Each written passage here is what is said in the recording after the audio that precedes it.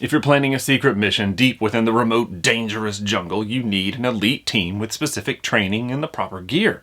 If you want to strike awe and fear into those who may dare oppose you in that dangerous jungle, you need a title, a name that means power, leadership, king or ruler of the jungle. You need Tiger Force.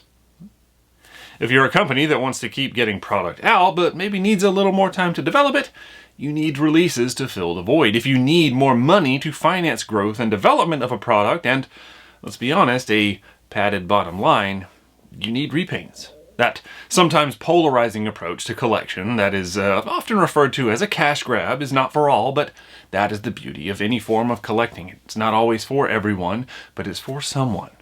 Introduced in 1988 and serving as another perfect example of the developer cost savings but collection enhancing benefits of the classic repaint, Tiger Force saw many already known Joes redecorated in a now notorious orange, black, yellow, brown, and green color palette. This line also served as an opportunity for vehicles to be not only reintroduced, but some shifting from Cobra to G.I. Joe. Fans finally had another chance to get the incredible Cobra Rattler again, but this time repainted in a beautiful tiger stripe deco with a shark face mouth and eyes on the front. Other releases gave the opportunity to add the updated Tiger Fly, or the redeco of the 1983 released Firefly helicopter.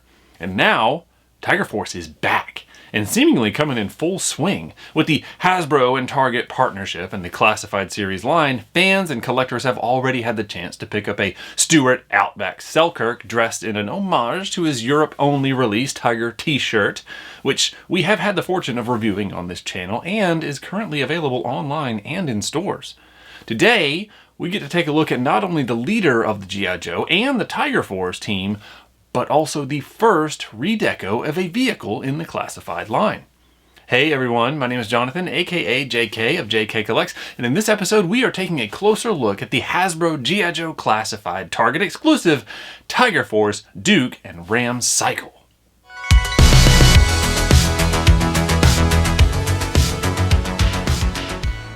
Hey everyone, welcome back, and here we have it, the first Tiger Force repaint vehicle, the Classified Series Duke and Ram. So excited for both of these, right? I have a regular Duke, which I finally got. I made the mistake of waiting a while to pick one up, and then obviously aftermarket prices got a little high. But now we've got this. Another thing I was excited to see, just sitting on the Target shelf. So I'm very excited about what that means for collectors and those out there who want these. Hopefully it's easy to find. If not, let us know, and let us try and help track one down for you. But without further ado, this is one of those that gets the minimal plastic packaging. We do have plastic layered on the outside. We've got the old tape renderings on the back of good old Duke rocking his Ram cycle with the Tiger paint job. I am excited about this because it's cool to have a little vehicle for the Classified Series. It's neat to see all the ones that they are releasing and everything that's coming with this. Over on the side, as you saw, we're going to tilt it side. Oof, my goodness. We have artwork. There we go, you can kind of see it. I apologize for the framing difficulties.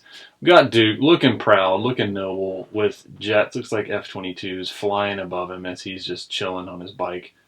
How about some Top Gun action right there, huh? And then over on the side we've got the skills and rankings, right? So a lot of different abilities for old Duke. Just Duke, not the Ram cycle. The Ram cycle doesn't get any rankings.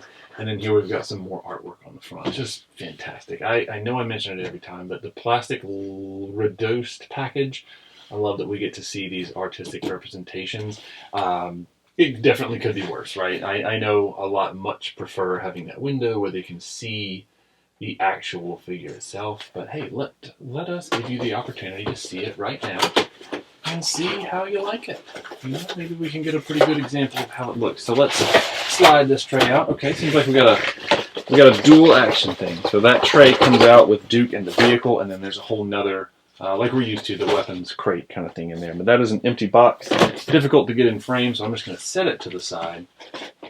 And let's start with the weapons crate. As usual, this one is 04 for Duke and Ram. Aw, even old Ram got included on that one. That's really nice. For their little footlocker weapons crate. So let's pop into this one, this end up. So we got a count of what's in here. We have 1, 2 bags, some cardboard inserts, and there's our beloved pamphlet. I'm going to put it back in there, and that means empty box. So we're going to move that to the side. And And then we've got Duke and his Ram cycle, and they are strapped in with these little paper ties, and I am not going to waste everyone's time with trying to untie these. We're going to cut them. Cutting right through them, yeah.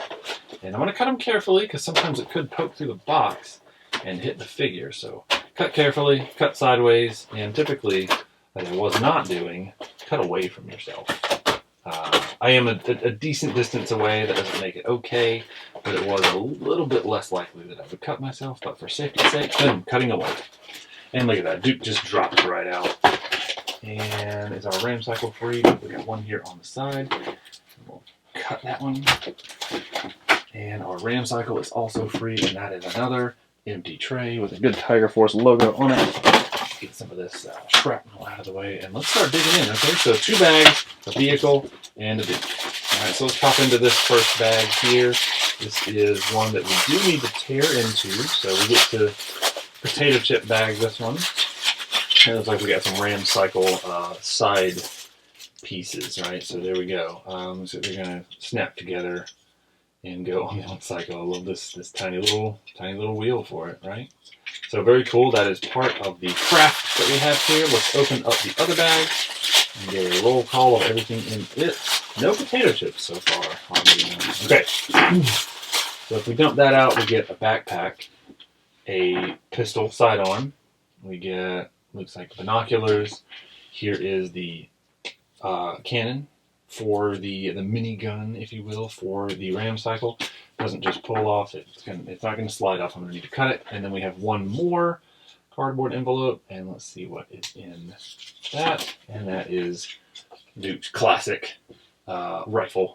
All right, so now let's gently cut the tape of this so that the cardboard will come off of the minigun for the bike. So very cool. This is just absolutely neat, right? So let's see if we can figure this out together without instructions. Too proud for them. Okay, so it looks like this is going to go, the minigun goes right there because the handle seems to fit perfectly in that. And if you've put together the one that came before, then I know you're already way ahead of me on that. But it looks like we got it. So there we go, simple construction. And then obviously these pegs are going to pop right in here. And we'll do that here in just a minute. But let's take a moment to look at these pieces, right? So here is what we just put together. This is that cannon, 2 pieces that went together. This can separate out so that someone could carry this around if you've got like a roadblock nearby. I'd love to see a Tiger Force roadblock because, I mean, we haven't had enough roadblocks yet. But, very cool. We're rolling wheel, so that helps with letting it have that flexibility of rolling around. The rotating mini cannon barrel, this is cast in that red plastic, so it's not painted, so that does help with a little bit of durability. We've got the handle popping up, so hey, I mean, even if Roadblock just wants to take the whole thing, he can just pick it up and just one-hand it. I mean, he's that tough. He can do that. And then the pegs that go in it. So the red paint here on these sides, it does match this cast plastic red pretty well, I must say. So they did a good job on that. And I like the gradient of the yellow fading into the orange on this and getting a little bit darker here on the top with all these details. Now, of course, when I say details, I always got to say, hey, could it have benefited from a little bit of extra oomph, a little dry brush painting or something like that? And it seems like I've got maybe like some errant red paint up here. You see that? No, I'll deal with that later. Let's look at the bike itself. How neat is this, right? So there's our tiger. It's more the shark face thing that you see on stuff. But either way, there's something about that look that I always love, right? But yeah, this is the Ram cycle, just obviously repainted, remolded, I guess, in different colors with the white fading into the orange, into the yellow with the stripes, and just all the little details kind of painted on there. There could be a little bit more on the engine, of course. But if you've got the sidecar, it is covering up a lot of this side of the engine, but that doesn't mean that this side could not have benefited from it. And I mean, even the pipe coming out. Yes, the black does go very well with the Tiger Force theming, but we're also dealing with an engine theming. So, I am a car person, a vehicle person, so I'm a fan of engine detail, and I'm also a fan of brake rotors actually being brake rotor colors. I've never seen an orange brake rotor, at least one that stayed orange after you first hit the brakes and the paint came off of it. I just had to throw that in there. So yeah, just some details that I would have loved to have seen. That could have been this would have benefited from a gray or silver paint just for realism, especially with the caliper being painted. But yeah, I mean, all in all, this thing's super cool. I'm very happy to have it. I'm very happy to have a Tiger Force vehicle. I know it's just a shameless repaint, a cash grab, but that color theming is just. I remember when I first saw it, it was just so cool. But there we go. There is our Tiger Force Ram. I'm going to wheel that out of the way and move on to old Duke via his accessories first. So here is our backpack. Are we going to get... there we go. So there's our backpack with the survival shovel strapped right in the middle. That classic look that we're used to. We got two, looks like canteens facing, throwing things all over the place. Facing on that, upwards. So yeah, and we got all the multiple different pouches. And I just love the sculpting on these, even though there's not a lot of paint.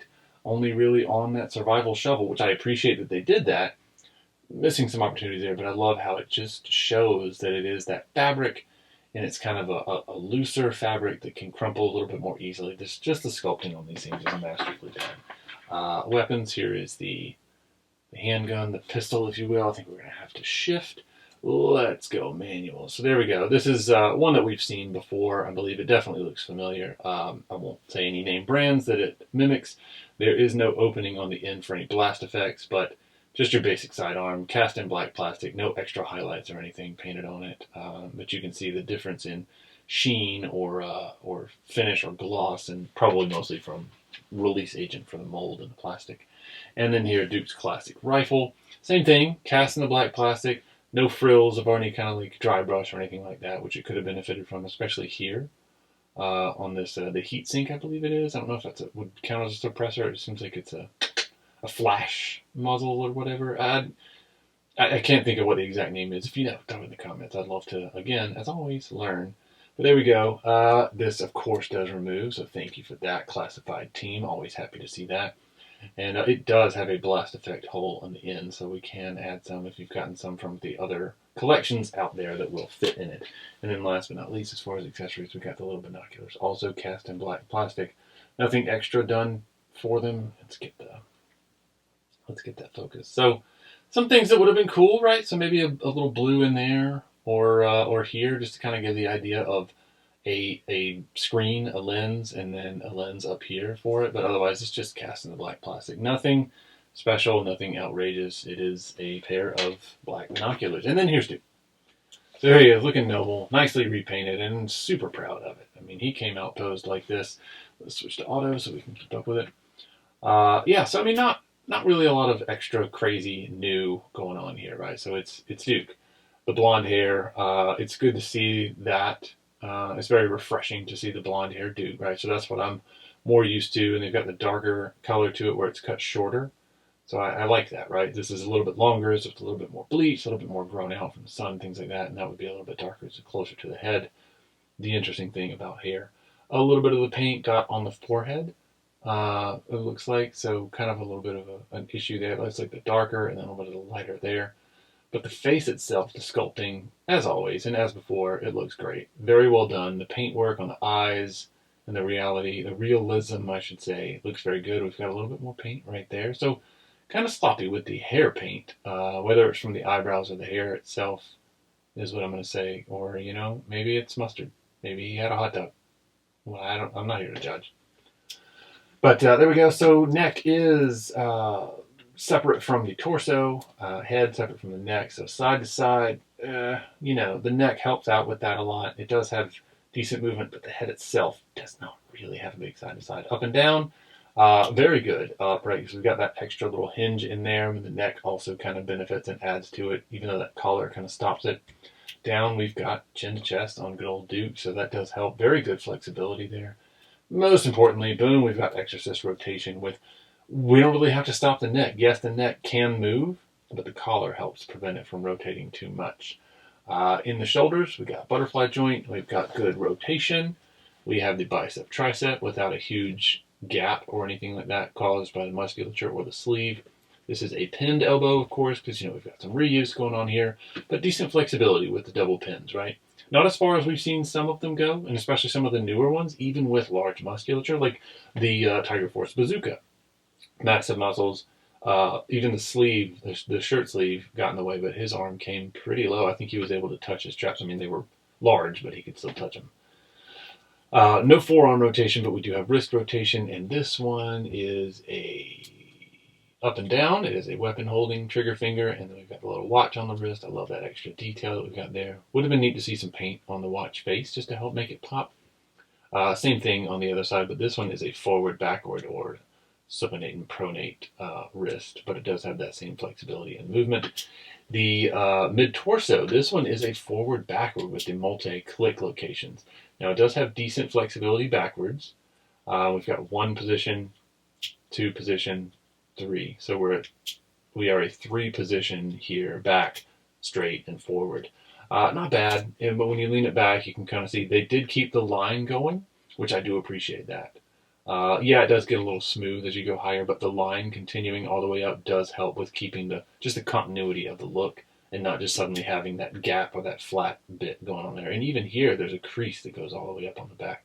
So that's cool. I love that detail, and I appreciate that. We've got 2 floating accessories on here. This shoulder strap. I don't want to call it a bandolier because I don't really know what defines that versus shoulder strap or what that would be called. But then this floating belt, which probably helps with some of the waist rotation. So if we turn it to what would be like maybe a normal or a little bit past natural waist rotation, this can kind of help cover any gaps that it creates, even though it doesn't really create much of a gap. As you can see, there's a little bit right there, but not bad. And then, of course, we've got full-on Duke split. He's a leader. He's got to be able to do a split. I mean, come on. We've got the drop leg joints that really helps with that. It does add that little bit extra where you have to push it back up, but I kind of prefer that for the flexibility that it brings. Upper thigh rotation, double knee, which gives, wow, that's excellent flexibility. Look at that. So, yeah, he's ready to limber up for the battle. And we do have calf rotation. We unfortunately still have these weird shin guards of metal, but I think that comes with reuse. I would kind of be happy to see those go. But the justification I will give it, not that I'm an apologist or anything, is that he is riding a motorcycle, so it does help with some protection if he's riding through the jungle brush. But then the foot has a forward and backward. Forward is okay. I feel like the shin guard might get in the way and hinder it a little bit, but not a whole lot. And the back is fantastic. And then, of course, you can break the ankle. That shin guard can't protect you there.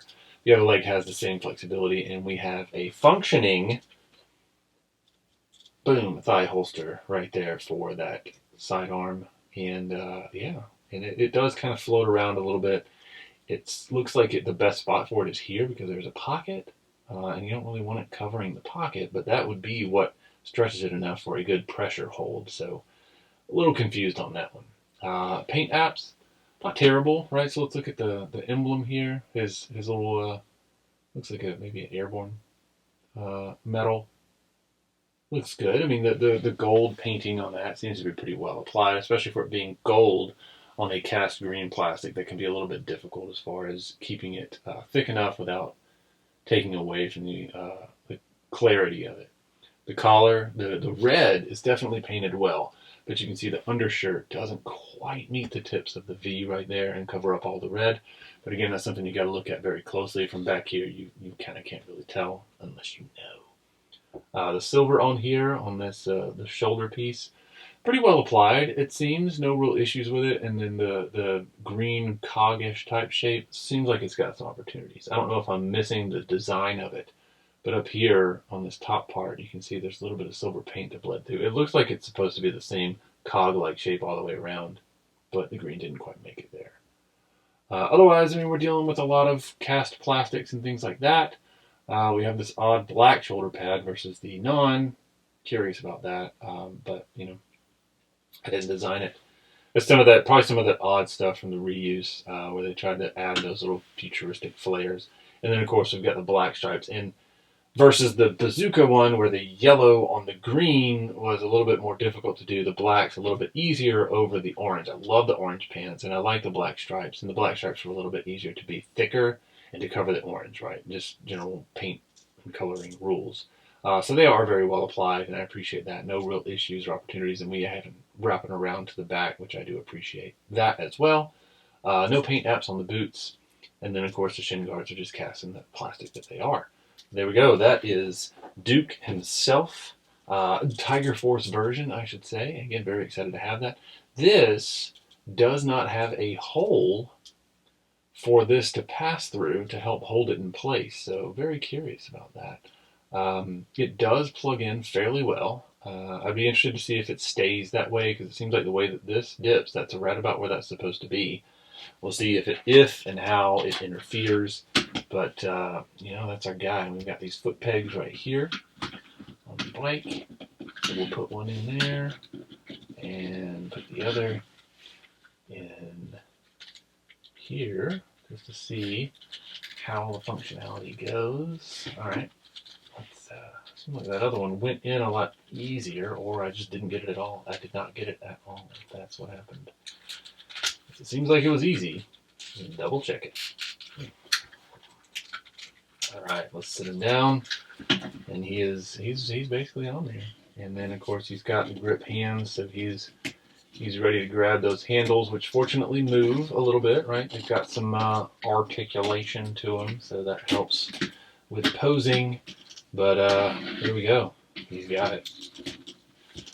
There's Duke. I know that's a very awkward pose, but I don't want to waste a whole lot of time getting that set up for you. I'll get a little bit better pose for some other things. But there we go. There is Duke. Tiger Force Duke with Tiger Force Ram. Well, that brings us to the end of this episode. Thank you so much for joining us as always. And if we ever do a review of something that you are trying to find for yourself, please follow and DM us on Instagram at JKCollectsToys so we can help with the search if we do not already have a way of getting one. Also, if you enjoyed this episode, let us know, and let YouTube know by subscribing and clicking that like button. The more that happens, the more YouTube can recommend us, so we can hopefully reach more collectors and help them find the things that they need. If you'd like to see some more videos, we have some links on your screen right now for you to check out. And remember, as always, collecting or not, we are all in this world together. Let's look out for each other. Thanks.